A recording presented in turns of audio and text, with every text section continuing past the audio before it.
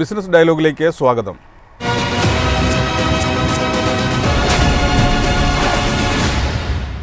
കേരളത്തിലെ വീടുകൾക്കുള്ളിൽ പ്രവർത്തിക്കുന്ന ചെറുകിട സംരംഭങ്ങൾക്ക് ലൈസൻസ് നൽകാൻ ഇനി മുതൽ പഞ്ചായത്തുകൾക്ക് അധികാരമുണ്ട്. ഇത് കേരളത്തിൻ്റെ ചെറുകിട ബിസിനസ് സംരംഭ മേഖലയിൽ ഒരു സമൂലമായ മാറ്റത്തിന് വഴിതെളിക്കുമെന്നാണ് പ്രതീക്ഷ. തദ്ദേശ സ്വയംഭരണ സ്ഥാപനങ്ങളുടെ ലൈസൻസിംഗ് നിയമങ്ങളിൽ കേരള സർക്കാർ കൊണ്ടുവരുന്ന ഭേദഗതികൾ സംരംഭകർക്ക് ഒരു ഗെയിം ചേഞ്ചർ ആകുമെന്ന് പൊതുവെ കരുതപ്പെടുന്നു. എന്നാൽ അതിൻ്റെ പ്രായോഗിക നടപ്പാക്കലിനെക്കുറിച്ചുള്ള ആശങ്കകളും ഉയർത്തപ്പെട്ടിട്ടുണ്ട്. ഈ പുതിയ നിയമങ്ങൾ സംരംഭം തുടങ്ങാൻ ആഗ്രഹിക്കുന്നവർക്ക് എത്രമാത്രം പ്രയോജനപ്രദമാണ്? ഈ വിഷയമാണ് ഇന്ന് ബിസിനസ് ഡയലോഗ് ചർച്ച ചെയ്യുന്നത്.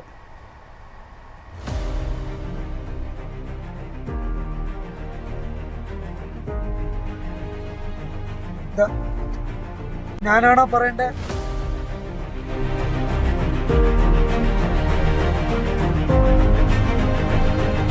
ഹലോ,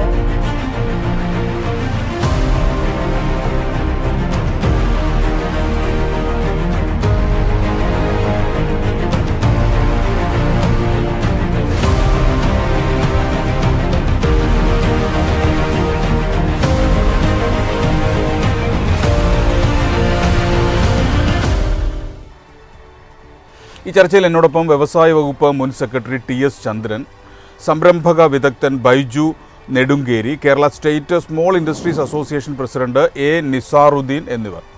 ആദ്യം ശ്രീ ടി.എസ്. ചന്ദ്രൻ, തദ്ദേശ സ്വയംഭരണ സ്ഥാപനങ്ങളുടെ ലൈസൻസിംഗ് നിയമങ്ങളിൽ കേരള സർക്കാർ വരുത്തിയ ഭേദഗതിയിലെ ഏറ്റവും പ്രധാനപ്പെട്ട മാറ്റങ്ങൾ എന്തൊക്കെയാണ്?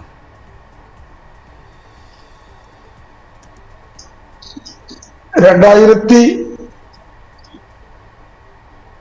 2025 സെപ്റ്റംബർ തീയതി പുറത്തിറങ്ങിയ വിജ്ഞാപനം പഞ്ചായത്ത് രാജ് ചട്ടങ്ങളിൽ സംരംഭക ലൈസൻസിംഗ് സംബന്ധിച്ചുള്ള സമഗ്രമായ കൊണ്ടുവന്നിരിക്കുകയാണ്.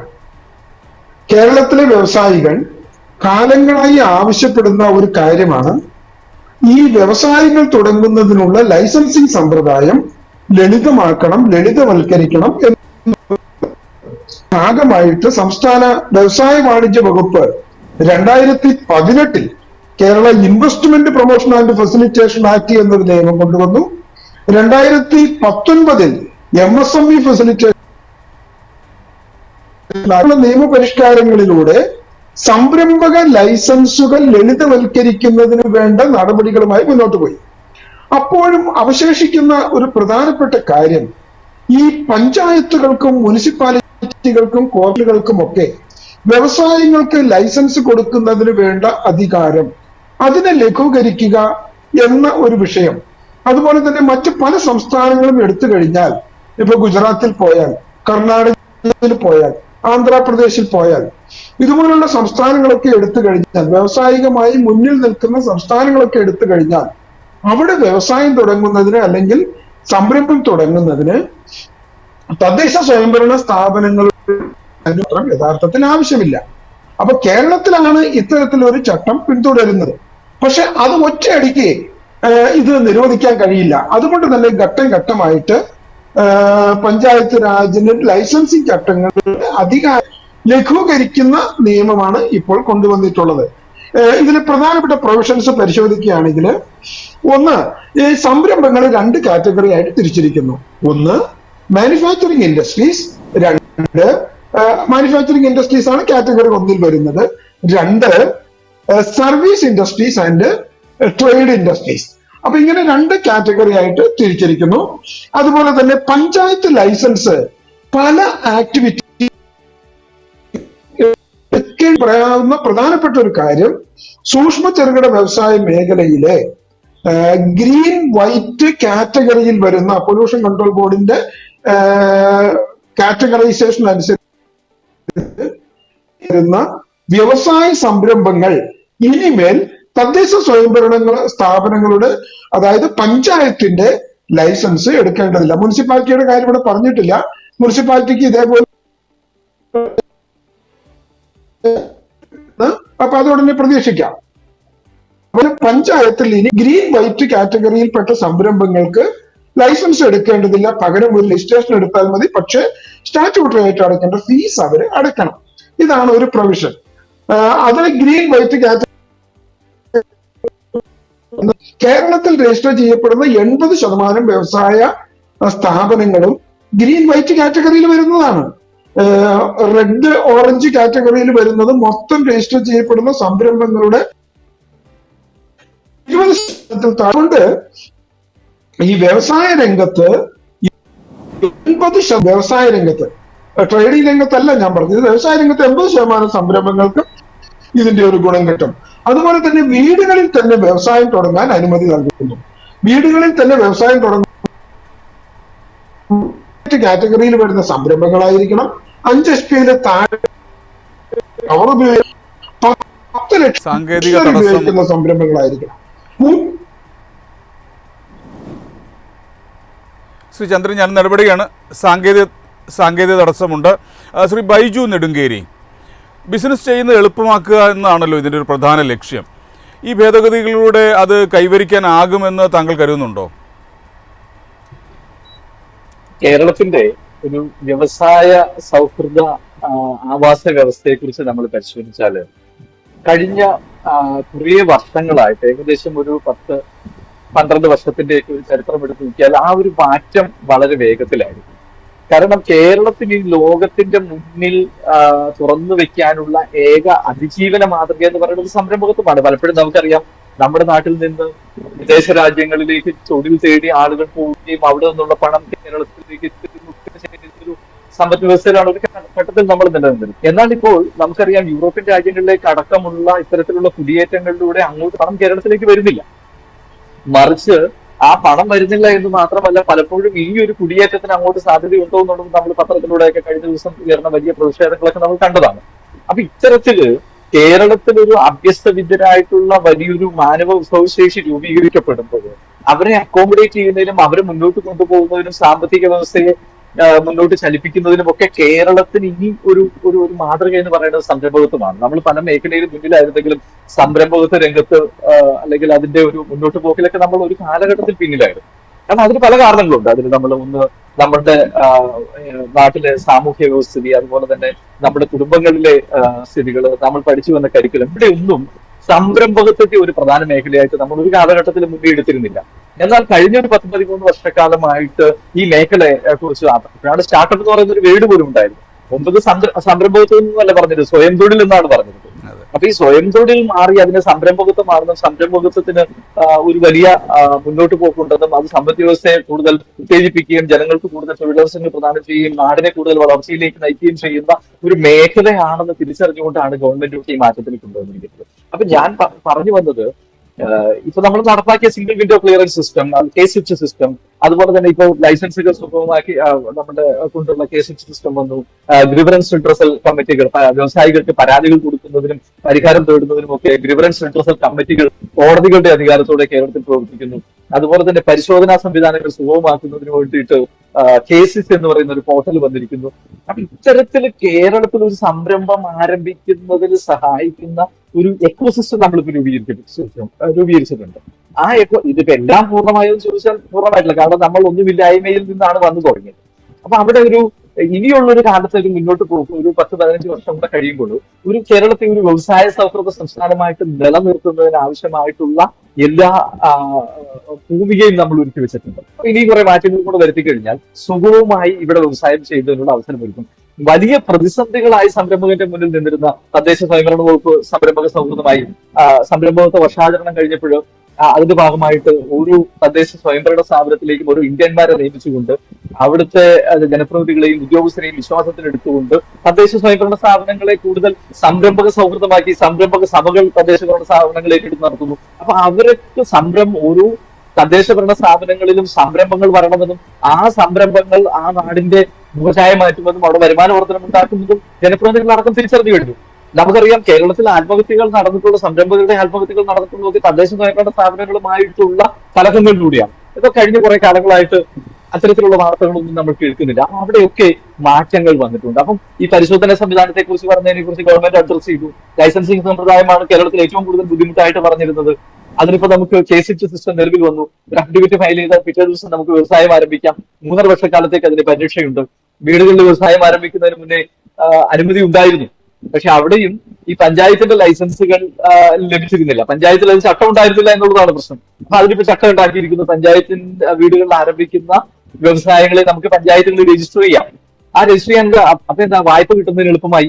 അതുപോലെ തന്നെ GST രജിസ്ട്രേഷൻ എടുക്കുന്നതിന് എളുപ്പമായി. ഇതിനൊരു പലപ്പോഴും ആളുകൾക്കിടയിൽ ഉണ്ടായിരുന്ന ഒരു ആശങ്ക ദൂരീകരിക്കപ്പെട്ടു. അപ്പൊ ഇത്തരത്തില് കാരണം കേരളത്തിൽ വീടുകളിൽ വ്യവസായം ആരംഭിക്കുമ്പോൾ നമ്മുടെ വീടുകൾ വലുതാണ്. അവിടെ വലിയ വീടുകൾ, കുറച്ച് ആളുകളാണ് താമസിക്കുന്നത്. പല വീട്ടമ്മമാരടക്കം അഭ്യസ്തവിദ്യരായിട്ടുള്ള ആളുകൾ പുറത്തേക്ക് തൊഴിലിന് പോകാതെ ആ വീട്ടിൽ തന്നെ ചില ഗാർഹിക ഉത്തരവാദിത്തങ്ങളുടെ പേര് സമയം ചെലവഴിക്കുന്നുണ്ട്. അപ്പൊ അവർക്ക് അവരുടെ ഒഴിവ് സമയം പ്രയോജനപ്പെടുത്തിക്കൊണ്ട് അവർക്ക് വരുമാനം നേടാൻ കഴിയും. ഇതിനെല്ലാമുള്ള അവസരം ഇപ്പൊ കേരളത്തിൽ ഒരുങ്ങിയിട്ടുണ്ട്. ശരി, പക്ഷേ ഈ ഉൽപ്പന്നങ്ങൾ വിറ്റഴിക്കാനുള്ള മാർഗങ്ങൾ ഇതോടൊപ്പം കണ്ടെത്തിയിട്ടുണ്ടോ? അതുപോലെ തന്നെ നിലനിൽക്കുന്ന മറ്റു പല വിഷയങ്ങളുണ്ടല്ലോ, നോക്കുകൂലി ഉൾപ്പെടെയുള്ള കേരളത്തെക്കുറിച്ച് സ്ഥിരമായി കേൾക്കുന്ന പരാതികളുണ്ടല്ലോ, ഇത്തരം കാര്യങ്ങൾ അഡ്രസ്സ് ചെയ്യപ്പെടുന്നുണ്ടോ? ഒന്നാമത് എന്നോട് ചോദിച്ചത് വിറ്റഴിക്കുന്നതിനുള്ള മാർഗങ്ങളെ കുറിച്ചാണ്. അപ്പൊ അതില് ഏറ്റവും പ്രധാനപ്പെട്ട ഒരു കാര്യം എന്നുള്ള നിലയിൽ നമ്മൾ ചർച്ച ചെയ്യേണ്ടത് ഈ ഉൽപ്പന്നം വിറ്റഴിക്കുക എന്നുള്ളതാണ്. നമ്മളെ സംബന്ധിച്ചിടത്തോളം, ഒരു സംരംഭകനെ സംബന്ധിച്ചിടത്തോളം ഏറ്റവും പ്രധാനപ്പെട്ട പോയിന്റ്. അവിടെയാണ് മലയാളി പലപ്പോഴും പുറകോട്ട് പോകുന്നത്. കാരണം വെച്ചാൽ അവർ നിർമ്മിക്കുന്ന ഉൽപ്പന്നത്തിന്റെ വിപണനത്തെ കുറിച്ച് അവർ പലപ്പോഴും ബോധവാന്മാരല്ല എന്നുള്ളതാണ്. അവിടെയാണ് ഈ ഉൽപ്പന്നം തിരിച്ചെടുത്തോളാന്ന് പറഞ്ഞ് വലിയ വാഗ്ദാനങ്ങൾക്ക് കൊടുത്ത ആളുകൾ ഈ സംരംഭകരെയൊക്കെ കുടിക്കൊണ്ട് ചാടിക്കുന്ന ഒരു സ്ഥിതിയൊക്കെ കേരളത്തിൽ ഒരുപാട് നടന്നിട്ടുണ്ട്. അത്തരം തട്ടിപ്പുകൾ നമ്മൾ ഒരുപാട് കണ്ടിട്ടുണ്ട്. അപ്പൊ ഉൽപ്പന്നം വിറ്റഴിക്കുന്നതിനുള്ള മാർഗങ്ങൾ രൂപീകരിച്ചുകൊണ്ട് വേണം നമ്മൾ ഇതിന് മുന്നോട്ട് പോകുന്നതിനായിട്ട്. അതിന് ഗവൺമെന്റ് സംവിധാനം അതിന് എത്രത്തോളം പര്യാപ്തമാണെന്നുള്ളതൊന്നും ചില പോർട്ടലുകളും ചില ഓൺലൈൻ സിസ്റ്റവും ചില എക്സിബിഷനുകളും ചില സംവിധാനങ്ങളും ഒക്കെ ഗവൺമെന്റ് നടത്തി കൊടുക്കുന്നുണ്ട്. അതൊരു പ്രോത്സാഹനമാണ്, ഗവൺമെന്റ് ഫെസിലിറ്റേറ്റ് ചെയ്യുന്നുണ്ട്. അപ്പൊ അതിനെ പ്രയോജനപ്പെടുത്തിക്കൊണ്ടും സ്വന്തമായ ഒരു മാർക്കറ്റിംഗ് നെറ്റ്വർക്ക് ഒരുക്കിക്കൊണ്ടും വേണം ഒരു സംരംഭകൻ മുന്നോട്ട് വരാനായിട്ട്. അതിൽ കേരളത്തിന്റെ ഓപ്പർച്യൂണിറ്റി എന്താണ്? കേരളത്തിന്റെ ട്രേഡ് ഡെഫിസിറ്റ് എന്ന് പറയുന്നത് ഗുലാത്തി ഇൻസ്റ്റിറ്റ്യൂട്ടിന്റെ കണക്ക് പ്രകാരം 1 ലക്ഷം കോടി രൂപയ്ക്ക് മേലാണ്. 2022 പ്രസിദ്ധീകരിച്ച കണക്കുണ്ട്. അപ്പൊ 1 ലക്ഷം കോടി രൂപയുടെ ഉൽപ്പന്നങ്ങൾ അന്യ സംസ്ഥാനത്തു നിന്നോ അന്യ രാജ്യത്തു നിന്നോ നമ്മൾ വാങ്ങി ഉപയോഗിച്ചു എന്നുള്ളതാണ് കണക്ക്. അവിടെ മറ്റൊരു കണക്കും കൂടെ അതിനോട് ഒപ്പം ചേർത്തിട്ടുണ്ടായിരുന്നു. 25,000 കോടി രൂപയുടെ അതിൽ ഉൽപ്പന്നങ്ങൾ അന്യ സംസ്ഥാനങ്ങളിലെ വീടുകളിലടക്കം അല്ലെങ്കിൽ ചെറുകിട സംരംഭങ്ങൾ നിർമ്മിച്ചവയാണ്. അപ്പൊ അത്രയും ഒരു വലിയ വിപണിയായി കേരളം നിലനിൽക്കുമ്പോൾ, പർച്ചേസിംഗ് കപ്പാസിറ്റി ഉള്ള സ്റ്റേറ്റ് ആയിട്ട് നിൽക്കുമ്പോൾ, വളരെ വേഗം അർബനൈസേഷനിലേക്ക് പോകുന്ന ഗ്രാമങ്ങളുള്ള ഒരു കേരളത്തില് നമുക്കൊരു വിപണി കണ്ടെത്താൻ ബുദ്ധിമുട്ടെന്ന് പറയുന്നത് എനിക്ക് തോന്നുന്നു ഒരു പരിധിവരെ നമ്മുടെ മടിയായിരിക്കും എന്നുള്ള പ്രശ്നം. അല്ലെങ്കിൽ നമ്മൾ എവിടെ വിറ്റഴിക്കാൻ പോകുന്നു എന്നറിയാതെ വിപണി കണ്ടെത്താതെ ഉൽപ്പന്നം നിർമ്മിക്കുന്നു എന്നുള്ളതാണ് പ്രശ്നം. ഏത് വിപണിയിലേക്കാണ് ഉൽപ്പന്നം നിർമ്മിക്കുന്നതാണ് അതിന്റെ ഒരു പ്രധാനപ്പെട്ട വിഷയം. രണ്ടാമതിനോട് ചോദിച്ച ചോദ്യം, ഇതിനോട് കൂടെ ചേർത്ത ചോദ്യം ചോദിച്ചിരുന്നു, അതെന്തായിരുന്നു? അത് കേരളത്തിൽ ഇപ്പോൾ നിലനിൽക്കുന്ന ഒരുപാട് ഒട്ടനവധി വിഷയങ്ങളുണ്ടല്ലോ, കേരളത്തെക്കുറിച്ചുള്ള പ്രധാന പരാതികൾ, നോക്കുകൂലി ഉൾപ്പെടെ. നോക്കുകൂലിയായിട്ട് ബന്ധപ്പെട്ട് എനിക്ക് തോന്നുന്നത് നോക്കുകൂലി ഇപ്പൊ ഞാൻ 97 വ്യവസായത്തിലേക്ക് വന്ന ഒരാളാണ്. ചെറുകിട സംരംഭങ്ങൾ തുടങ്ങി മുന്നോട്ട് വന്ന ഒരാളാണ്. ഞാൻ കേരളത്തിന് പുറത്തുപോയി വ്യവസായം ചെയ്തിട്ടില്ല. പക്ഷെ കേരളത്തിന് പുറത്തുപോയി വ്യവസായം ചെയ്തിട്ടുള്ള ആളുകളുടെ അനുഭവങ്ങൾ എനിക്കറിയാം. മറ്റു സ്റ്റേറ്റുകളിലൂടെ, ഇന്ത്യയുടെ എല്ലാ സ്റ്റേറ്റുകളിലൂടെയും ഉള്ളറകളിലൂടെ യാത്ര ചെയ്യും വ്യവസായം കാണുകയും ചെയ്തിട്ടുള്ള ആളുകളുടെ നിലയ്ക്ക് ഇത്രയും സൗകര്യങ്ങളുള്ള ഒരു സ്റ്റേറ്റ് വേറെ ഉണ്ടോ നമുക്ക്? ഇപ്പൊ ഇവിടെ നോക്കുകൂലി ഉണ്ടായിരുന്നു, ഇവിടെ ട്രേഡ് യൂണിയൻ സംവിധാനങ്ങൾ വളരെ ശക്തമായിരുന്നു, അല്ലെങ്കിൽ അതൊക്കെ ഉണ്ടായിരുന്നു. പക്ഷെ ഒരു സംരംഭകനെ സംബന്ധിച്ചിടത്തോളം നമ്മൾക്ക് ഈ ട്രേഡ് യൂണിയൻ വേണ്ട എന്ന് നമുക്ക് പറയാൻ പറ്റും. ട്രേഡ് യൂണിയൻ ഉണ്ടാവണം. കാരണം ഞാൻ ആ ട്രേഡ് യൂണിയൻ വേണ്ട എന്നുള്ളൊരു അഭിപ്രായമല്ല. നമ്മൾ അടുത്തിടെ പത്രങ്ങളിൽ കണ്ട ഒരു ചിത്രമുണ്ട്. ഒരു സ്ത്രീ തനിച്ച് ലോറിയിൽ നിന്ന് ഇഷ്ടിക ഇറക്കുന്നു, ഇപ്പുറത്ത് ലോഡിംഗ് തൊഴിലാളികൾ നോക്കി നിൽക്കുന്നു. ഇങ്ങനെ ഒരു അവസ്ഥ ഇപ്പോഴും കേരളത്തിൽ നിലനിൽക്കുന്നു എന്നുള്ളത് ദുഃഖകരമായൊരു സ്ഥിതിയല്ലേ? അല്ല, എനിക്ക് തോന്നുന്നത് ഇത് ചില സ്ഥലങ്ങളിൽ ഇത്തരത്തിലുള്ള കാര്യങ്ങൾ നടക്കുന്നുണ്ട്. ഇതില് ഞാൻ പ്രവൃത്തി വ്യവസായം ചെയ്യുന്ന ഒരാളാണ്. ഞങ്ങളവിടെ മെഷീനറികളൊക്കെ കയറ്റി അയക്കുന്ന ഒരാളാണ്. പലപ്പോഴും യന്ത്രങ്ങളിലേക്ക് കയറ്റണം, വാഹനങ്ങളിലേക്ക് കയറ്റണം, വാഹനങ്ങളിൽ നിന്ന് താഴെ ഇറക്കണം. ഇതിനെല്ലാം ഞാൻ ഈ ട്രേഡ് യൂണിയൻ തൊഴിലാളികളാണ് ആശ്രയിക്കുന്നത്. അതിന്റെ ഒരു ഗുണം എന്താണെന്ന് വെച്ച് കഴിഞ്ഞാൽ എനിക്കൊരു 10-15 പേര് പിടിച്ച് ഒന്നിച്ചൊരു, അല്ലെങ്കിൽ അവരുടെ അത്രയും അധ്വാനത്തിൽ ഒരു വാഹനത്തിലേക്ക് ഒരു മെഷീൻ കയറ്റി വെക്കണമെങ്കിൽ, അല്ലെങ്കിൽ ഒരു മെഷീൻ തിരിച്ചിറക്കണമെങ്കിൽ അതിനെനിക്ക് അവരാണ് നല്ലത്. അവര് 15 പേര് ഒന്നിച്ച് വരാനുണ്ട്, അരമണിക്കൂർ ജോലി കഴിഞ്ഞ് അവർ തിരിച്ചു പോക്കോളും. ഞാൻ ഇത്രയും മാൻ പവർ ഹോൾഡ് ചെയ്യേണ്ട ആവശ്യമില്ല. അപ്പൊ ഇതിനെ നമുക്ക് നല്ല വശത്തിലൂടെ ഉപയോഗിക്കാൻ കഴിയും. പലപ്പോഴും നമ്മൾ ഇതിനെ ഇത്തരത്തിലുള്ള ഒരു മാൻ പവറിനെ, ഞാൻ അതിന് മാൻ പവർ ആയിട്ടാണ്, ആ മാൻ പവറിനെ ക്രിയാത്മകമായിട്ട് നമ്മൾ എന്നുമില്ല എന്നുള്ളതാണ്. ചില സ്ഥലങ്ങളിൽ പ്രശ്നങ്ങൾ ഇല്ല എന്നൊന്നും ഞാൻ പറയുന്നില്ല, പക്ഷെ എല്ലാ പ്രശ്നങ്ങളും പരിഹരിച്ചു എന്ന് പറയുന്നില്ല. പക്ഷേ ശരി. മുൻകാലങ്ങളിൽ ഉണ്ടായിരുന്നത്രയും പ്രശ്നങ്ങൾ ഇല്ല. ഇപ്പോഴില്ല എന്ന് എനിക്ക് തീർത്ത് തന്നെ പറയാം. ആ വാദത്തോട് ഞാൻ യോജിക്കുന്നു. ഞാൻ താങ്കളിലേക്ക് മടങ്ങി വരാം. ശ്രീ നിസാറുദ്ദീൻ, ഈ പുതിയതായിട്ട് അവതരിപ്പിക്കുന്ന ഈ നയം കേരളത്തിലെ ചെറുകിട വ്യവസായത്തിൽ എന്ത് മാറ്റം വരുത്തും? ഇത് കൂടുതൽ സംരംഭകരെ, പ്രത്യേകിച്ച് സ്ത്രീ സംരംഭകരെയൊക്കെ ആകർഷിക്കാൻ പ്രാപ്തമാണോ?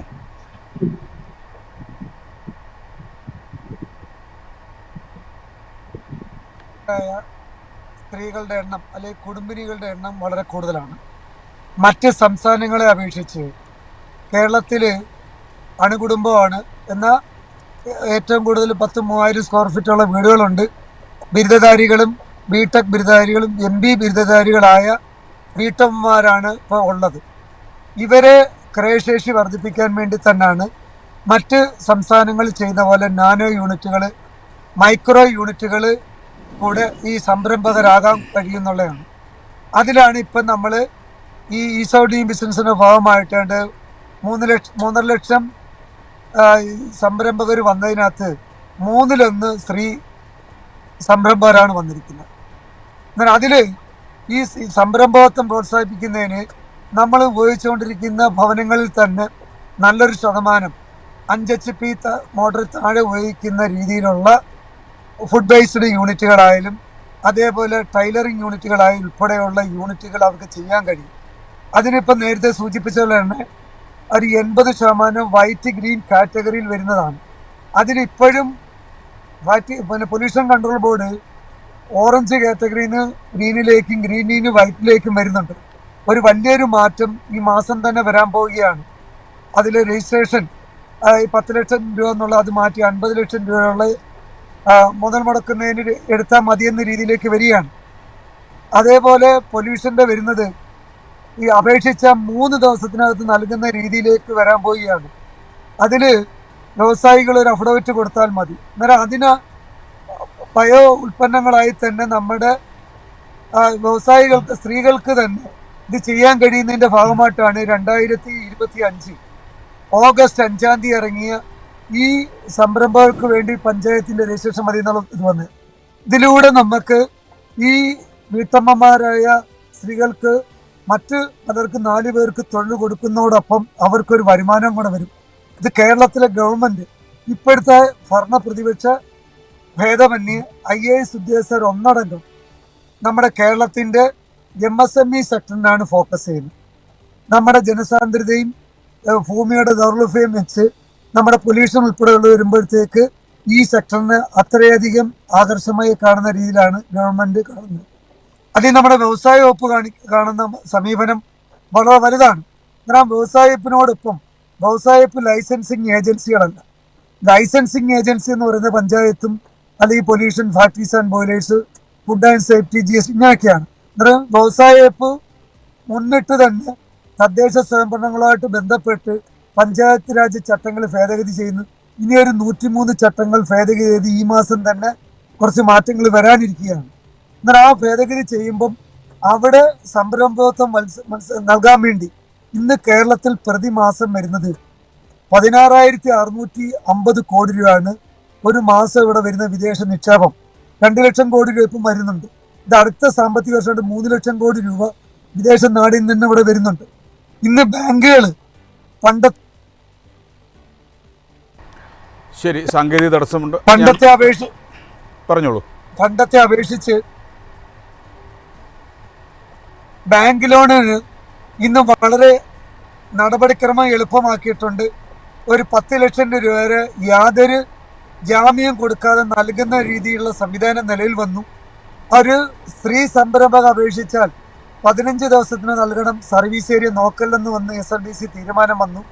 ഇന്ന് KSSIയുടെ സംസ്ഥാന പ്രസിഡന്റ് എന്ന നിലയിൽ ഇന്ന് പല ബാങ്കുകളും KFC, KSIDC, സിഡ്നി ഉൾപ്പെടെയുള്ള ധനകാര്യ സ്ഥാപനങ്ങൾ കേരളത്തിൽ മുതൽ മുടക്കാൻ തയ്യാറാണ്.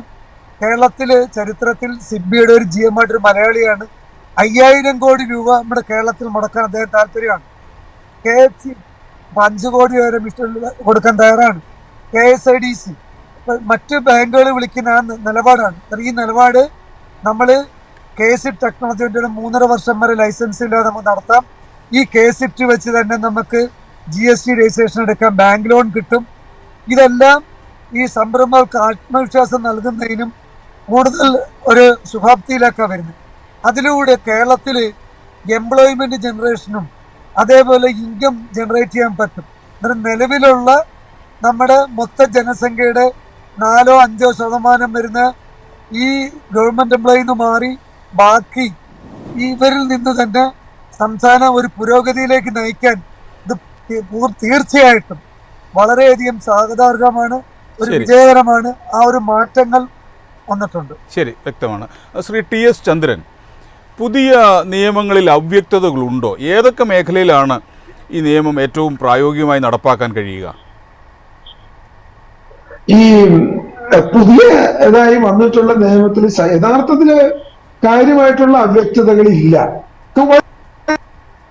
വ്യക്തമാണ് എന്തൊക്കെ ഡോക്യുമെന്റ്സ് ആണ് അപേക്ഷയോടൊപ്പം സമർപ്പിക്കുന്നത്. വളരെ വ്യക്തമാണ്. ഇന്ന ഡോക്യുമെന്റ്സ് മതി. ആ പ്രോപ്പർട്ടിയുടെ ഓണർഷിപ്പുമായി ബന്ധപ്പെട്ടുള്ള ഒരു ഡോക്യുമെന്റ് അത് നിർബന്ധമായും അപ്ലോഡ് ചെയ്യണം. പിന്നെ ചില ലൈസൻസുകൾക്ക് ചില ബാക്കറ്റ് ലൈസൻസുകൾ വേണം. ഏതൊക്കെയാണ് എന്നതും വ്യക്തമാണ്. അപ്പോൾ സമർപ്പിക്കേണ്ട രേഖകളുടെ എണ്ണം കുറഞ്ഞിട്ടുണ്ട്. സംരംഭകന്റെ ID ഉൾപ്പെടെ അത്തരം നിസ്സാര കാര്യങ്ങൾ മതി. അതുപോലെ തന്നെ ആ സമർപ്പിക്കേണ്ട ഡോക്യുമെന്റ്സ് വ്യക്തമായിട്ടുണ്ട്. പക്ഷെ ഇവിടെ ഇതൊരു തുടക്കമായിട്ട് മാത്രമേ കാണാൻ പറ്റൂ. എന്ന് പറഞ്ഞാൽ ഈ സംസ്ഥാനത്ത് ഇന്ത്യയിലെ മറ്റു പല സംസ്ഥാനങ്ങളിലും തദ്ദേശ സ്വയംഭരണ സ്ഥാപനങ്ങൾ ചെറുകിട വ്യവസായ ഒരു നയം നിൽക്കുമ്പോൾ കേരളത്തിൽ ഒരു കാറ്റഗറിക്കെങ്കിലുമാണ് ഇപ്പോൾ ആശ്വാസം കിട്ടിയിട്ടുള്ളത്. അതായത് ഞാനൊന്ന് ചോദ്യത്തില് ഓറഞ്ച് കാറ്റഗറി സംരംഭങ്ങൾ വരുന്നുണ്ട്, റെഡ് കാറ്റഗറി സംരംഭങ്ങൾ വളരെ കുറച്ചാണെങ്കിലും വരുന്നുണ്ട്. ഈ ഓറഞ്ച് കാറ്റഗറി, റെഡ് കാറ്റഗറി സംരംഭങ്ങൾ പൊതുസമൂഹത്തിനുണ്ടാകുന്ന പ്രശ്നം എന്ന് വേറെ ഒരു പ്രശ്നവും പബ്ലിക്കിന് ഉണ്ടാകുന്നില്ല. ഈ പരിസര മലിനീകരണത്തിന്റെ തോതളക്കാൻ പര്യാപ്തമായ ഒരു സ്വയംഭരണ സ്ഥാപനം ഒരു സംവിധാനവുമില്ല. അങ്ങനെ ഒരു സംവിധാനവും ഇല്ലാത്ത ഒരു ഇടത്തിലേക്ക് ഈ പാവപ്പെട്ട സംരംഭകരുടെ തല കൊണ്ടുവന്ന് വെച്ചു കൊടുക്കുന്നത് എന്തിനാണ് എന്ന ഒരു ചോദ്യം പ്രസക്തമല്ലേ? അത് ഒഴിവാക്കിക്കൂടെ? അത് ഒഴിവാക്കുന്ന നടപടിയിലേക്കുള്ള ഒരു ചുവടുവെപ്പായിട്ടാണ് ഞാൻ ഈ ഒരു നിയമത്തെ കാണുന്നത്. തീർച്ചയായിട്ടും ഞാൻ ശരിയാണ്. ഇപ്പൊ രണ്ടാമതൊരു കാര്യമുള്ളത്, ഇത് പരമാക്കേണ്ടതാണ്. തദ്ദേശ സ്വയംഭരണ സ്ഥാപനങ്ങളെ ലൈസൻസിങ് സമ്പ്രദായത്തിൽ നിന്നും പൂർണ്ണമായും ഒഴിവാക്കണം എന്ന് വാദിക്കുന്ന ഒരാളാണ് ഞാൻ. കാരണം മറ്റ് പല സംസ്ഥാനങ്ങളിലും നിലനിൽക്കുന്ന അവസ്ഥ അതാണ്. മാത്രമല്ല, നമുക്ക് ട്രേഡിനേക്കാൾ ഉപരി നമ്മുടെ സംസ്ഥാനത്തിന്റെ സാമ്പത്തിക സ്ഥിതിയെ മെച്ചപ്പെടുത്തുന്നതിന്, നമ്മുടെ സംസ്ഥാനത്തിന്റെ സാമ്പത്തിക സ്ഥിതി എന്താണെന്ന് നമുക്കറിയാം. അപ്പോൾ 10 ലക്ഷം രൂപയിൽ കൂടുതലുള്ള ബില്ല് പോലും മാറാൻ കഴിയാത്ത ട്രഷറി സംവിധാനം നിലനിൽക്കുന്നു. ഇത് ഓവർകം ചെയ്യുന്നതിന് മാനുഫാക്ചറിങ് ഇൻഡസ്ട്രീസിന് തന്നെ ഫോക്കസ് ചെയ്യണം. മാനുഫാക്ചറിങ് ഇൻഡസ്ട്രീസിന് ഫോക്കസ് ചെയ്താൽ മാത്രമേ രാജ്യത്തെ സംസ്ഥാനത്തിന്റെ ഇൻകം വർദ്ധിക്കുള്ളൂ. അപ്പൊ ആ ഒരു സാഹചര്യം നിലനിൽക്കുന്നു. അതുപോലെ തന്നെ നേരത്തെ അങ്ങ് സൂചിപ്പിച്ചു, എല്ലാ പ്രശ്നങ്ങളും പരിഹരിച്ചോ? ഇത് വളരെ പ്രധാനപ്പെട്ട ഒരു കാര്യമാണ് ഈ നോക്കുകൂലി എന്ന് പറയുന്നത്. നമ്മൾ ഇത്രയേറെ ക്ഷണിക്കപ്പെടുന്ന മറ്റൊരു സംഭവം, മറ്റൊരു ഒരു ഇൻസിഡന്റ് അല്ലെങ്കിൽ മറ്റൊരു പ്രതിഭാസം കേരളത്തിലെ വ്യവസായ മേഖലയിലുണ്ട് എന്ന് എനിക്ക് തോന്നുന്നില്ല. ഈ നോക്കുകൂലി ആരൊക്കെ എന്തൊക്കെ എങ്ങനെയൊക്കെ ശരി, ഇത് പുറത്തേക്ക് പോകുന്ന മെസ്സേജ് യഥാർത്ഥത്തിൽ കേരളത്തിന്റെ സംരംഭ വികസനത്തിന് തടസ്സം നിൽക്കുന്ന, അല്ലെങ്കിൽ ജനങ്ങളുടെ മനോഭാവത്തിലേക്ക് കേരളം എന്ന് തോന്നിക്കുന്ന മെസ്സേജുകൾ പുറത്തേക്ക് പോകുന്ന ഏറ്റവും വലിയ ഒരു ഘടകം ഈ നോക്കുകൂലിയാണ്. എത്ര കടകളിലാണ്, എത്ര സ്ഥാപനങ്ങളിലാണ് ഇതുമായി ബന്ധപ്പെട്ട ഒരു ഇഷ്യൂ ഉള്ളത്. എന്നാൽ കോടതി ഇത് സംബന്ധിച്ച് വളരെ കൺഫേം ചെയ്ത് തന്നെ പറഞ്ഞിട്ടുണ്ട്. ഒരു വ്യവസായിക്ക് തനിക്ക് ഇഷ്ടമുള്ള ഇപ്പം ഈ 2018 ആക്ടിൽ വന്ന ഒരു കാര്യം എന്ന് പറയുന്നത് ടെക്നിക്കലി ക്വാളിഫൈ ഉള്ള അല്ലെങ്കിൽ മെഷീനൊക്കെ ഉപയോഗിച്ച് ചെയ്യേണ്ട അത്തരം കയറ്റിറക്കുകൾ വ്യവസായികൾക്ക് ചെയ്യാം. അല്ലാത്തതിന് ട്രേഡ് യൂണിയനുകൾ ഉള്ളിടത്ത് ട്രേഡ് യൂണിയനുകൾ ഡിപ്പെൻഡ് ചെയ്യണം എന്നാണ് 2018 നിയമം തന്നെ പറഞ്ഞത്. പക്ഷേ അതിനെയൊക്കെ ഓവർകം ചെയ്തുകൊണ്ട് ഇപ്പോഴും ഈ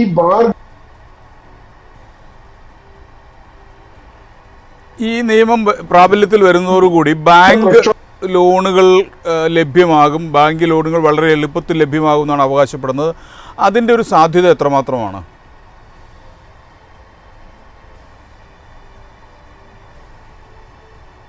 ശരി, ഞാൻ താങ്കളിലേക്ക് മടങ്ങി വരാം. സാങ്കേതിക തടസ്സമുണ്ട്. ശ്രീ ബൈജു നെടുങ്കേരി, പുതിയ നിയമങ്ങൾ ലൈസൻസ് ലഭിക്കുന്നതിനാവശ്യമായ സമയം, ചെലവ്, പരിശ്രമം ഇതൊക്കെ യഥാർത്ഥത്തിൽ കുറച്ചിട്ടുണ്ടോ? അങ്ങനെയെങ്കിൽ അത് എത്രത്തോളം പ്രായോഗികമാണ്? അല്ല, കേരളത്തില് ഈ പുതിയ നിയമം വരുന്നതിന് മുൻപേ തന്നെ ലൈസൻസുകൾക്കുള്ള ഏകജാലക സംവിധാനം നടപ്പാക്കിയിരുന്നു. കേസിറ്റ് നടപ്പാക്കിയിരുന്നു 2020 തന്നെ. അത് പ്രകാരം നമുക്ക് 10 കോടി രൂപയ്ക്ക് താഴെ മുതൽ മുടക്കുള്ള റെഡ് കാറ്റഗറി ഒഴികെയുള്ള വ്യവസായങ്ങൾക്ക് ഒരു അഫിഡവിറ്റ് ഫയൽ ചെയ്തുകൊണ്ട് ഒരു അക്നോളജ്മെന്റ് കരസ്ഥമാക്കി പിറ്റേ ദിവസം മുതൽ വ്യവസായം ആരംഭിക്കാം. 3.5 വർഷക്കാലത്തിനുള്ളിൽ ഇത്തരത്തിലുള്ള ലൈസൻസുകളിലേക്ക്, കേരളത്തിൻ്റെതായ ലൈസൻസുകളിലേക്ക് പോയാൽ മതി എന്ന് നിയമം കേരളത്തിൽ ഉണ്ടായിരുന്നു. അപ്പൊ അതുകൊണ്ട് അവിടെ ഈ പുതിയ നിയമം വന്നപ്പോൾ ഈ നാനോ ഗാർഹിക സംരംഭങ്ങൾക്ക് മുന്നേ വീടുകളിൽ സംരംഭങ്ങൾ ആരംഭിക്കാൻ വേണ്ടി 2018 മുതൽ കേരളത്തിൽ അനുമതിയുണ്ട്. ആ അനുമതി 2020 തദ്ദേശ സ്വയംഭരണ വകുപ്പിന്റെ ജിയോ നമ്പർ 160/2020/LSTD എന്ന ഉത്തരവ് പ്രകാരം അതിനെ റാറ്റിഫൈ ചെയ്തിട്ടുണ്ട്. കാരണം വീടുകളിൽ വ്യവസായം ആരംഭിക്കാം, അതിന് തടസ്സമില്ല എന്ന് ഉത്തരവ് ഇറങ്ങിയിട്ടുണ്ട്, LSTD തന്നെ ഇറക്കിയിട്ടുണ്ട്. പക്ഷെ അവരെ അംഗീകരിച്ചുകൊണ്ട് മറ്റ് വ്യവസായങ്ങൾക്ക് കൊടുക്കുന്നത് പോലെ വീടുകളിൽ ആരംഭിക്കുന്ന വ്യവസായങ്ങൾക്ക് ഒരു രജിസ്ട്രേഷനോ ലൈസൻസോ കൊടുക്കാൻ പഞ്ചായത്ത് രാജ് ചട്ടങ്ങളിൽ വ്യവസ്ഥ ഇല്ലായിരുന്നു. അതാണ് ഇപ്പൊ മാറ്റി അത് മുന്നോട്ട് കൊണ്ടുപോകുന്നത്. അതിനോട് അനുബന്ധമായിട്ട് മറ്റു പല കാര്യങ്ങളും, എല്ലാ കാര്യങ്ങളും ലൈസൻസുമായിട്ട് ബന്ധപ്പെട്ട രേഖകളും അതിനോടുള്ള നടപടിക്രമങ്ങളും സമയവും ഒക്കെ ലഘൂകരിച്ചുകൊണ്ട് ആണ് ഈ ഉത്തരവ് പുറത്തു വന്നിരിക്കുന്നത്. അപ്പൊ എനിക്ക് തോന്നുന്നത് ഈ കേരളത്തിൽ വ്യവസായം ചെയ്യാനുള്ള ഒരു ഏകജാലക സംവിധാനം വന്നത് നേരത്തെ ഉണ്ട്, 2020 മുതലുണ്ട്. ശരി, ഇതിന്റെ പിന്നിലുള്ള ഒരു സങ്കല്പം ചൈന പോലെ ഉള്ളൊരു സങ്കല്പമാണല്ലോ കണക്കാക്കുന്നത്. കാരണം ഇനിയിപ്പം വിഴിഞ്ഞം തുറമുഖം പ്രവർത്തനക്ഷമമായതോടുകൂടി ചരക്കുകൾ വിഴിഞ്ഞത്തെത്തുകയും അവിടുന്ന് ലോകത്തിൻ്റെ മറ്റു ഭാഗങ്ങളിലേക്ക് പോവുകയും ചെയ്യുക, വീടുകളിൽ ഉൽപ്പാദിപ്പിക്കുന്ന ഉൽപ്പന്നങ്ങൾക്ക് വിശാലമായൊരു വിപണി കണ്ടെത്തുക തുടങ്ങിയ ആശയങ്ങളാണ് ഇതിന് പിന്നിൽ പറഞ്ഞു കേൾക്കുന്നത്. അതൊക്കെ സാധ്യമാകുന്ന കാര്യങ്ങളാണോ? അല്ല, ഞാനതിൽ ചേർത്ത് പറയാൻ ആഗ്രഹിക്കുന്നത് ഒരു സാധ്യതകളുള്ള ഒരു സ്റ്റേറ്റിലാണ് നമ്മൾ ജീവിക്കുന്നത്. കാരണം ഞാൻ യാത്ര ചെയ്യുമ്പോൾ പലപ്പോഴും കണ്ടിട്ടുള്ള മറ്റ് സ്റ്റേറ്റുകളുടെ സിറ്റി ഒക്കെയാണ്. പക്ഷെ അവിടുത്തെ ഗ്രാമങ്ങളിലേക്ക് ചെന്ന് കഴിയുമ്പോൾ അവിടുത്തെ ജനജീവിതം എന്നാ, അവിടുത്തെ അടിസ്ഥാന സൗകര്യങ്ങൾ എന്നാ, നമ്മൾക്കുള്ളത്ര ഒരു റോഡ് ഫെസിലിറ്റി അല്ലെങ്കിൽ ഒരു ട്രാൻസ്പോർട്ടേഷൻ കണക്ടിവിറ്റി വേറെ ഏത് സ്റ്റേറ്റിലാണോ ഉള്ളത്? അതുപോലെ തന്നെ ഒരു ഹോസ്പിറ്റൽ സംവിധാനങ്ങൾ, ബാങ്കിങ്ങുകള്, ഇത്രയും നല്ല മനുഷ്യ വിഭവശേഷി, ഇത്രയും വെള്ളം ലഭിക്കുന്നതിനുള്ള സൗകര്യം, ഇത്രയും മികച്ച കാലാവസ്ഥ, ഇതെല്ലാം, ഇന്റർനെറ്റ് കണക്ടിവിറ്റി ഇതെല്ലാം ലഭിക്കുന്ന ഒരു സ്റ്റേറ്റ് വേറെ ഏതാണ്? എല്ലാ സ്ഥലത്തും ലഭിക്കുന്നു. ചില സ്ഥലങ്ങളിൽ മാത്രമല്ല, കേരളത്തിൽ മൊത്തം ഇത് ലഭ്യമാണ്. നമുക്ക് ഇപ്പം കാസർഗോഡിന്റെയോ വയനാടിന്റെയോ ഇടുക്കിയുടെയോ പത്തനംതിട്ടയുടെയോ ഒക്കെ ഒരു ഏറ്റവും അറ്റത്തുള്ള ആ ഗ്രാമത്തിൽ പോലും, കേരളത്തിന്റെ അതിർത്തി ഗ്രാമത്തിൽ പോലും ഞാൻ ഈ പറഞ്ഞ ഫെസിലിറ്റി എല്ലാം ലഭിക്കും. പക്ഷെ മറ്റൊരു സംസ്ഥാനത്തേക്ക് ചെന്ന് കഴിയുമ്പോൾ ഇതുണ്ടോ? അവിടെ ഇവിടെ നമ്മൾ ചർച്ച ചെയ്യുന്നത് പോലെ വ്യവസായിയുടെ അവിടെ ചില ആനുകൂല്യങ്ങളൊക്കെ കിട്ടുന്നു എന്നൊക്കെ പറയുമ്പോൾ പോലും നമ്മൾ ഇവിടെ അനുഭവിക്കുന്ന പോലെയുള്ള ഒരു എന്താ പറയുന്നത്, നമ്മൾക്ക് കിട്ടുന്ന ഒരു സാമൂഹിക പിന്തുണ ഞാൻ പറയുന്നത്, ഒരു പ്രശ്നം ഉണ്ടായി കഴിയുമ്പോൾ മൊത്തം ആളുകൾ ഒന്നിച്ച് ശരിയുടെ വശത്ത് നിൽക്കുന്ന ഒരു രീതി മറ്റു സംസ്ഥാനത്തുണ്ടോ എന്ന് നമ്മൾ ഒന്നുകൂടി ചിന്തിച്ചിട്ടുണ്ട്. അവിടെ ചില പ്രാദേശിക മറ്റു ചില കാര്യം ശരിയാണ്. ശ്രീ ടി എസ് ചന്ദ്രൻ ഉന്നയിച്ച ഒരു സംശയമുണ്ടല്ലോ. ഇത് പൊല്യൂഷൻ നിയന്ത്രണം വരുന്നുണ്ട്, പൊല്യൂഷൻ നിയന്ത്രണത്തിലുള്ള മാറ്റങ്ങൾ ഉണ്ടാകുന്നുണ്ട്. പക്ഷേ ഇതിനെ നിരീക്ഷിക്കാനുള്ള സംവിധാനങ്ങളുണ്ടോ? അവിടെ ഇപ്പൊ കേരളത്തിലെ ലൈസൻസ് അല്ലെങ്കിൽ ഒരു അപേക്ഷ കൊടുത്തു കഴിഞ്ഞാൽ ഏറ്റവും കൂടുതൽ താമസം നേരിടുന്നത് പൊല്യൂഷൻ കൺട്രോൾ വകുപ്പിന്റെ പൊല്യൂഷൻ കൺട്രോൾ ഡിപ്പാർട്ട്മെന്റിന്റെ ഒരു അനുമതി കിട്ടുന്നതിന് വേണ്ടിയിട്ടാണ് കഴിഞ്ഞ കുറെ കാലങ്ങളായിട്ട്. ഇപ്പൊ അത് മാറ്റം വരാൻ പോകുന്നു. സാർ പറഞ്ഞല്ലോ, അപ്പൊ മാറ്റം വരാൻ പോകുന്നു. അതിനൊരു വലിയ കാലതാമസം നേരിട്ടിരുന്നു, സംരംഭകർക്ക് നേരിട്ടിരുന്നു. കാരണം അതിനുള്ള ഉദ്യോഗസ്ഥ സംവിധാനങ്ങൾ അവിടെ പലപ്പോഴും ഉണ്ടായിരുന്നില്ല എന്നുള്ളതാണ് എനിക്ക് മനസ്സിലായിട്ടുള്ളത്. അവർ മനഃപൂർവ്വം താമസിക്കുന്നതല്ല, അവർക്ക് പരിശോധിച്ച് അനുമതി കൊടുക്കാൻ പാകത്തിനുള്ള അല്ലെങ്കിൽ മൊത്തം നിരീക്ഷണത്തിൽ കൊണ്ടുവരാൻ അത്രയും സ്ട്രെങ്ത് പലപ്പോഴും പൊല്യൂഷൻ കൺട്രോൾ ബോർഡിൽ ഉണ്ടായിരുന്നു. ശരി, ഞാൻ ഇടപെടുകയാണ്, സാങ്കേതിക തടസ്സമുണ്ട്. ശ്രീ നിസാറുദ്ദീൻ, പക്ഷേ ഇപ്പൊ ഇത് ശ്രീ നിസാറുദ്ദീൻ, പുതിയ സംവിധാനത്തിന് കീഴിൽ ഒരു സ്റ്റാർട്ടപ്പ് ഉടമ നേരിടുന്ന ഏറ്റവും വലിയ വെല്ലുവിളി എന്താണ്?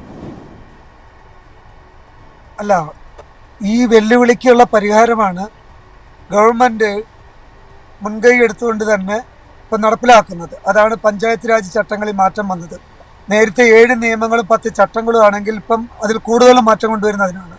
അതിൽ തന്നെ നമുക്ക് റെഡ് കാറ്റഗറി ഒഴികെയുള്ള യൂണിറ്റുകൾക്ക് കേസിറ്റ് ലൈസൻസ് തുടങ്ങുമ്പോഴും പൊല്യൂഷൻ്റെ പേപ്പർ വേണമായിരുന്നു. അതിനാണ് ഇപ്പോൾ ഒരു മാറ്റം വരുന്നത്. നമ്മൾ ഹാഷ് അടച്ച 3 ഉണ്ടെന്ന് കിട്ടുന്ന രീതിയിൽ ഒരു വ്യവസായി ഒരു സെൽഫ് അഫിഡവിറ്റ് കൊടുത്തു കഴിഞ്ഞാൽ പൊല്യൂഷൻ കൺട്രോൾ ബോർഡിൻ്റെ സൈറ്റിൽ പൈസ കിട്ടണമെങ്കിൽ 3 ദിവസം എടുക്കും.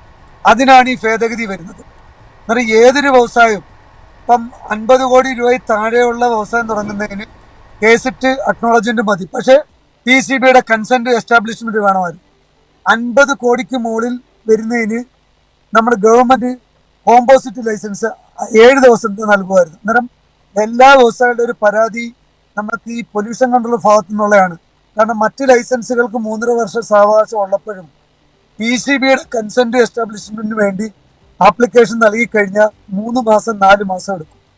കേസ് ടെക്നോളജി കിട്ടാൻ 1-2 മിനിറ്റ് കൊണ്ട് കിട്ടുമായിരുന്നു. ഇതിനൊരു പരിഹാരമാണ് ഇപ്പം നടപ്പിലാകാൻ പോകുന്നത്. അത് വളരെ സഹായകരമാണ്. അതുപോലെ വൈദ്യുതിയുടെ ഭാഗത്തുനിന്നും നമുക്ക് വളരെ സഹായകരമായാണ് KCBയുടെ ഭാഗത്തുനിന്ന് വരുന്നത്. പകൽ സമയത്ത് വൈദ്യുതി ഉപയോഗിക്കുമ്പോൾ നമുക്കൊരു 10% റേറ്റ് കുറവാണ്. എന്നാണ്ട് യൂണിറ്റിന് 70 പൈസയുടെ കുറവ് വരുന്നുണ്ട്. അന്നേരം നമുക്കൊരു വ്യവസായം വേണ്ടത് എംപ്ലോയി, ഇലക്ട്രിസിറ്റി, PCB, പിന്നെ പഞ്ചായത്ത്. പഞ്ചായത്തായിരുന്നു എന്നും ഒരു കീറാമുട്ടി. അത് 5 വർഷം ലൈസൻസിങ് ആക്കി നിലവിലുള്ള ബസ്സുകൾക്ക് തന്നെ. അപ്പം അത് തന്നെ 3.5 വർഷത്തേക്ക് കേസിറ്റ് വന്നു. പുതിയ വൈറ്റ് ഗ്രീൻ കാറ്റഗറിക്ക് ഉള്ളി രജിസ്ട്രേഷൻ മാത്രം എടുത്താൽ മതി. ഇനി വരാൻ പോകുന്നത് തന്നെ ഈ PCBയുടെ ലൈസൻസിന് വേണ്ട ആ രജിസ്ട്രേഷൻ മുതൽ മുടക്കേണ്ട 50 ലക്ഷം രൂപ വരാൻ പോവുകയാണ്. അതിന് മുകളിലോട്ടുള്ളതിന് മതിയെന്നായിട്ട് വരാൻ പോവുക. ശരി, 10 ലക്ഷം രൂപ ഇൻവെസ്റ്റ്മെന്റ്. ശ്രീ നിസാറുദ്ദീൻ, കേരളത്തിലെ ചെറുകിട സംരംഭകരെ നമ്മൾ നോക്കുകയാണെങ്കിൽ പ്രധാനമായിട്ട് കാണുന്നത് അല്പകാലത്തിന് ശേഷം ഇത് ഇട്ടിട്ട് പോകുന്നതാണ്. സ്ഥിരമായി ഇതിൽ തുടരാൻ പലർക്കും സാധിക്കാറില്ല. ഇത്തരം പ്രശ്നങ്ങൾ ഇപ്പോഴും നിലനിൽക്കുകയല്ലേ? അങ്ങനെയില്ല. ഇപ്പോഴുള്ള രീതിയിൽ പുതിയ സംരംഭകർക്കാണ് ആശ്വാസമാവുന്നതോടൊപ്പം തന്നെ നിലവിലുള്ള സംരംഭകരെ പ്രോത്സാഹിപ്പിക്കാൻ ഗവൺമെന്റ് 3 വർഷത്തിന് മുമ്പ് തുടങ്ങാൻ മിഷൻ 1000 നമ്പർ സ്കീം തുടങ്ങുകയും അവർക്ക് 2 കോടി രൂപയുടെ ധനസഹായവും അതേപോലെ പിന്നെ പ്രൊജക്റ്റിന് വേണ്ടി വരുന്നതിന് 1 ലക്ഷം രൂപ, ഒരു GST എക്സംഷൻ ഉൾപ്പെടെ മിഷൻ 1000. അന്നേരം 10 കോടി രൂപ മുതൽ മുടക്കുള്ള വ്യവസായി 100 കോടി വിറ്റുവരിലേക്ക് വരാൻ വേണ്ടി 1000 യൂണിറ്റുകൾ പ്രോത്സാഹിപ്പിക്കുന്ന ഭാഗമായിട്ട് ഒരു പഴയ യൂണിറ്റുകളുടെ സ്കീമുകളോട് വന്നിട്ടുണ്ട്. അന്നേരം ആത്മവിശ്വാസം വർദ്ധിപ്പിക്കാൻ കഴിഞ്ഞു. പിന്നെ വ്യവസായ വകുപ്പിന്റെ ഭാഗത്തുനിന്ന് താലൂക്ക് വ്യവസായികളെ താലൂക്ക് ഫെസിലിറ്റേഷൻ സെന്ററാക്കി ലൈസൻസിങ് ഏജൻസികളായിട്ട് വന്നു. ഞാൻ 1988 വ്യവസായം തുടങ്ങുമ്പോൾ എനിക്ക് 25,000 ബാങ്ക് ലോൺ കിട്ടത്തില്ല. എന്നാൽ ഇന്ന് എനിക്കൊരു ദിവസം 100 കണക്കിന് കോള് വരിക, കുറച്ച് ബാങ്കിലേക്ക് പ്രോജക്റ്റുമായിട്ട് കുറച്ച് വ്യവസായികളെ കൊടുക്കണം എന്ന് പറയുന്ന സമീപനമാണ്. എന്നാൽ എനിക്ക് 25,000 കിട്ടാത്തൊരു വ്യക്തിയാണ്.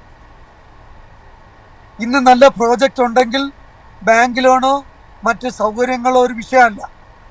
ഐഡിയ ഉണ്ട് എങ്കിൽ ബാങ്ക് ലോൺ ഒരു വിഷയമല്ല, ലൈസൻസിങ് ഒരു വിഷയമല്ല. നമ്മുടെ കുട്ടികൾക്ക് ഇവിടെ നിൽക്കുന്ന രീതിയിലാണ് ഇപ്പോൾ ഗവൺമെൻറ് നമ്മൾ പ്രൈവറ്റ് ഇൻഡസ്ട്രിയൽ പാർക്കായാലും പഠനത്തോടൊപ്പം തൊഴിൽ നൽകുന്നതിന് ഭാഗമായിട്ട് ക്യാമ്പസ് ഇൻഡസ്ട്രിയൽ പാർക്കുകൾ ഉൾപ്പെടെ വരുന്നതിന് വേണ്ടിയാണ്. അപ്പം നമ്മൾ നേരിടാൻ പോകുന്നൊരു വിഷയം നമുക്ക് ട്രെയിൻ ചെയ്ത സ്കിൽഡ് ലേബേഴ്സാണ്. ഇനി വരുന്ന ഒരു 5 വർഷം കഴിയുമ്പോഴത്തേക്ക് അന്യ സംസ്ഥാന തൊഴിലാളികൾ കേരളത്തിലേക്ക് വരാൻ സാധ്യതയില്ല. എൻ്റെ ചോദ്യം ഇതായിരുന്നു, ഇത്രയൊക്കെ സൗകര്യങ്ങൾ ഉണ്ടായിട്ടും എന്തുകൊണ്ടാണ് സസ്റ്റൈനബിൾ ആയിട്ട് ചെറുകിട വ്യവസായം മുൻപോട്ട് കൊണ്ടുപോകാൻ കഴിയാത്തത്? താങ്കൾ പറഞ്ഞതുപോലെ പുതിയ തലമുറ നാടുവിട്ടു പോവുക തന്നെയാണ്. അല്ല, ആ പുതിയ തലമുറ 4.5 ലക്ഷം കുട്ടികളോളം പുറത്തു പോകുന്നതിന് വേണ്ടി റിവേഴ്സ് മൈഗ്രേൻ്റെ ഭാഗമായിട്ടാണ് ഗവൺമെൻറ് ഇപ്പം തന്നെ ഇന്നുള്ള ക്യാമ്പസ് പാർക്ക് ഈ നമ്മൾ അതായത് പ്രൈവറ്റ് ഇൻഡസ്ട്രിയൽ പാർക്ക് 10 ഏക്കർ ഭൂമി ഉണ്ടെങ്കിൽ 3 കോടി രൂപ ഗവൺമെൻറ് തരിക. 5 ഏക്കർ ഭൂമി ഉണ്ടെങ്കിൽ സ്റ്റാൻഡേർഡ്സ് ആൻഡ് ഫാക്ടറിയിൽ അതിന് 3 കോടി രൂപ തരികയാണ്. നമ്മുടെ കുട്ടികളെ പഠനത്തോടൊപ്പം നമുക്ക് ആവശ്യമായ തൊഴിലാളികളെ ട്രെയിൻ ചെയ്ത് തരുന്നതിന് വിജ്ഞാന കേരളം KDC-ന്റെ നേതൃത്വം നമ്മളടുത്ത് വിളിച്ചിരിക്കുകയാണ്. നമുക്ക് ആവശ്യമായ തൊഴിലാളികൾ ഏതാണ് വേണ്ടത് അത് നമ്മൾ രജിസ്റ്റർ ചെയ്യുക, അത് ട്രെയിൻ ചെയ്ത് തരാമെന്നാണ് പറയുന്നത്. ഇങ്ങനൊരു മാറ്റം എൻ്റെ മുൻ തലമുറയിൽ ഉണ്ടായിട്ടില്ല. ഈ മാറ്റങ്ങൾ വരാൻ ഇച്ചിരി സമയം എടുക്കുമെന്നേ ഉള്ളൂ. യാതൊരു സംശയമില്ല, നമുക്ക് മുന്നോട്ട് വലിയ ആത്മവിശ്വാസമുണ്ട്. ശരി, വ്യക്തമാണ്. ശ്രീ ബൈജു നെടുങ്കേരി, പുതിയ ലൈസൻസിങ് നടപടിക്രമങ്ങൾ ഫലപ്രദമായി കൈകാര്യം ചെയ്യുന്നതിന് നമ്മുടെ തദ്ദേശ സ്വയംഭരണ സ്ഥാപനങ്ങൾക്ക് പ്രാപ്തിയുണ്ടോ? അല്ല, ഞാന് ചന്ദ്രൻ സാറ് നേരത്തെ പറഞ്ഞ ഒരു വാദഗതിയോട് അന്നും ഇന്നും യോജിക്കുന്ന ആളാണ്. ഈ നമ്മുടെ വ്യവസായങ്ങളുടെ ലൈസൻസിങ് നടപടിക്രമങ്ങളിൽ നിന്ന് പൂർണ്ണമായിട്ടും പഞ്ചായത്തിൽ ഒഴിവാക്കേണ്ട കാലം കഴിഞ്ഞിരിക്കുകയാണ്. കാരണം പഞ്ചായത്ത് സിസ്റ്റത്തില് അല്ലെ പഞ്ചായത്തിന്റെ ഉദ്യോഗസ്ഥ സംവിധാനത്തിന് ഒരു വ്യവസായത്തിന് വിലയിരുത്തുന്നതിനും അതിന്റെ പ്രൊജക്ട് റിപ്പോർട്ട് ഇവാലുവേറ്റ് ചെയ്യുന്നതിനും ഉള്ള എക്സ്പെർട്ടൻസി ഉള്ള ആളുകളല്ല അവിടെ ഉള്ളത്. അവിടെയുള്ള ആളുകൾ ആ തദ്ദേശ സ്വയംഭരണ സ്ഥാപനത്തിന്റെ പ്ലാൻ ഫണ്ട് വിനിയോഗത്തിനും അതുപോലെ തന്നെ അതിന്റെ പദ്ധതി രൂപീകരണത്തിനും ഒക്കെ ആയിട്ട് അതിന് എക്സ്പെർട്ടൻസ് ഉണ്ട്. അവർക്ക് എക്സ്പെർട്ടൻസ് ഉള്ള മേഖലയിൽ അവർ വളരെ കൃത്യമായിട്ട് അവർ ഇടപെടുന്നുണ്ട്. അപ്പൊ ഈ വ്യവസായവുമായിട്ട് ബന്ധപ്പെട്ടിട്ടുള്ള മേഖലയില് പലപ്പോഴും ഒരു പദ്ധതി ആശയം പോലും ക്രിയാത്മകമായിട്ട് വിലയിരുത്തുന്നതിനുള്ള ഞാൻ അവിടെയുള്ള ആളുകളുടെ ശേഷിക്കുറവിനെ അല്ല പറയുന്നത്. പക്ഷെ അതിന് എക്സ്പെർട്ടൻസി ഉള്ള ആളുകൾ വ്യവസായ വകുപ്പിലുണ്ട്. അപ്പൊ ആ ഡിപ്പാർട്ട്മെന്റിനെ കൂടുതൽ വിശ്വാസത്തിൽ എടുത്തുകൊണ്ട് ഇപ്പൊ അതൊരു ഫെസിലിറ്റേറ്റിംഗ് എന്നുള്ള നിലയിൽ നിന്ന് മാറിയിട്ട് അതിനെ ഒരു നമ്മുടെ വ്യവസായ വകുപ്പിന്റെ പ്രത്യേകിച്ചും അതിന് നമ്മുടെ ബ്ലോക്ക് തലം തൊട്ട് മുകളിലേക്കെല്ലാം അതിന് ജീവനക്കാരുണ്ട്. അവരെ പ്രയോജനപ്പെടുത്തിക്കൊണ്ട് ഈ ലൈസൻസിങ് സമ്പ്രദായത്തെ കുറച്ചുകൂടി ഈസിയാക്കാൻ കഴിഞ്ഞാൽ അത് കേരളത്തിൽ വലിയ മാറ്റം ഉണ്ടാക്കും. കാരണം ഈ പഞ്ചായത്ത് തദ്ദേശ സ്വയംഭരണ സ്ഥാപനങ്ങൾ, പഞ്ചായത്ത് മാത്രമല്ല മുനിസിപ്പാലിറ്റി, കോർപ്പറേഷൻ, ഇവരും ഈ സംരംഭകരുമായിട്ടാണ് ഏറ്റവും കൂടുതൽ കലഹങ്ങൾ കേരളത്തിൽ ഉണ്ടായിട്ടുള്ളത് മുൻകാലങ്ങളിൽ. പലപ്പോഴും നമുക്കറിയാം, സ്റ്റെപ്പിന്റെ ഉയരം പോരാ, അല്ലെങ്കിൽ കെട്ടിടത്തിന്റെ മേൽക്കൂരയുടെ ഉയരം പോരാ, അതുപോലെ തന്നെ ബാത്റൂമിന് ഇത്ര വിസ്താരം പോരാ, ഇങ്ങനെയുള്ള കാര്യങ്ങൾ, നിസ്സാര കാര്യങ്ങളൊക്കെ പറഞ്ഞ് പലപ്പോഴും മുടക്ക് സൂചിച്ചിട്ടുള്ളതൊക്കെ നമ്മൾ കണ്ടിട്ടുള്ളതാണ്. പക്ഷെ ഇന്ന് ആ കാലഘട്ടമൊക്കെ മാറിയിട്ട് നിലവിലുള്ള സംവിധാനത്തിന്റെ ഉള്ളിൽ നിന്നുകൊണ്ട് നമ്മൾക്ക് ചെയ്യാൻ കഴിയുന്ന അല്ലെങ്കിൽ ആദ്യഘട്ടത്തിൽ വരുത്താൻ കഴിയുന്ന മാറ്റങ്ങളൊക്കെ ഇപ്പൊ വന്നിട്ടുണ്ട്. ഒരു പഞ്ചായത്ത് പ്രസിഡന്റിന്റെ നേതൃത്വത്തിലാണ് ഇപ്പൊ സംരംഭക സഭകൾ വിളിച്ചു ചേർക്കുന്നത്. ഞാൻ പല സംരംഭക സഭകളിൽ പോയി പങ്കെടുത്ത ആളാണ്. അപ്പൊ പ്രസിഡന്റും ഭരണസമിതിയും പറയുകയാണ്, നിങ്ങൾ ഈ പഞ്ചായത്തിലുള്ള ആളുകൾ വന്ന് വ്യവസായം ചെയ്യൂ, ഞങ്ങൾ നിങ്ങളെ സഹായിക്കാം എന്ന് പറയുന്നു.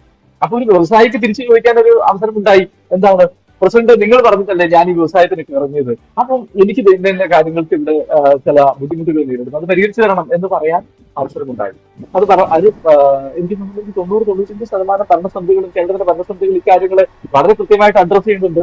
ഈ സംരംഭകത്വത്തെ വലിയ ഒരു പ്ലാൻ ഫണ്ടിന്റെ നടത്തിപ്പിനോടൊപ്പം തന്നെ കണ്ടുകൊണ്ട് മുന്നോട്ട് പോകുന്ന ജില്ലാ പഞ്ചായത്തിനെയും തദ്ദേശ ഭരണ സ്ഥാപനങ്ങളേക്കും എനിക്കറിയാം 50 ലക്ഷം രൂപയുടെ മുകളിൽ തദ്ദേശ സംരംഭകത്വത്തിന്റെ വികസനത്തിന് വേണ്ടിയിട്ട് മാറ്റിവെച്ചൊരു പഞ്ചായത്തിനെ പോലും എനിക്കറിയാം. അപ്പൊ ആ മേഖലയിൽ അവർ അഡ്രസ് ചെയ്യുന്നുണ്ട്. കാരണം പ്രാദേശിക തൊഴിൽ വർധനവ് എന്ന് പറയുന്നത് തദ്ദേശ സ്വയംഭരണ സ്ഥാപനങ്ങളുടെയും തദ്ദേശ സ്വയംഭരണ സ്ഥാപനങ്ങളുടെ ജനപ്രതിനിധികളുടെയും വലിയൊരു കൺസേൺ ആണ്. അവരതിനെ കൃത്യമായി അഡ്രസ് ചെയ്യാൻ ശ്രമിക്കുന്നുണ്ട്. പ്രത്യേകിച്ച് പുതിയ തലമുറയിൽപ്പെട്ട പുതിയ കാലഘട്ടത്തിൽ മുന്നോട്ട് വരുന്ന തദ്ദേശ സ്വയംഭരണ സ്ഥാപനങ്ങളുടെ ജനപ്രതിനിധികൾ പ്രത്യേകിച്ചും അതിനെ അഡ്രസ് ചെയ്യുന്നുണ്ട്. അപ്പൊ ആ മാറ്റം നമുക്ക് പ്രയോജനപ്പെടുത്താൻ കഴിയാം. ശരി, ഞാൻ ഇടപെടുകയാണ്. നമ്മുടെ സമയം പൂർണ്ണമായിരിക്കുകയാണ്. സംരംഭങ്ങൾക്ക് ലൈസൻസ് നൽകാൻ പഞ്ചായത്തുകളെ അധികാരപ്പെടുത്തുന്ന നിയമം കേരളത്തെ സംബന്ധിച്ച് വളരെ വിപുലമായ മാറ്റങ്ങൾക്ക് വഴിതെളിക്കുമെന്നുള്ള കാര്യം തീർച്ചയാണ്. ഇത് ഇനി മുതൽ കേരളത്തിൻ്റെ പഞ്ചായത്തുകൾ ഇതിന് പ്രാപ്തരാകുകയും ലൈസൻസുകൾ പഞ്ചായത്തിൽ നിന്ന് അനുവദിക്കുകയും ചെയ്യുന്ന അവസ്ഥയുണ്ടാകുന്നു. ബാങ്ക് വായ്പകൾ, GST രജിസ്ട്രേഷൻ, സർക്കാർ നടപടിക്രമങ്ങൾ ഇതെല്ലാം ലളിതമാക്കുന്നു. ഇത് എത്രമാത്രം പ്രായോഗികമാണ് എന്നുള്ള കാര്യം മാത്രമാണ് ഇനി ഉറപ്പാക്കേണ്ടത്. ഇത് കേരളത്തിൽ വിപ്ലവകരമായ മാറ്റങ്ങൾക്ക് വഴിതെളിക്കും എന്നാണ് ചർച്ചയിൽ പങ്കെടുത്തവർ അഭിപ്രായപ്പെടുന്നത്. ബിസിനസ് ഡയലോഗ് ഇവിടെ പൂർണ്ണമാകുന്നു.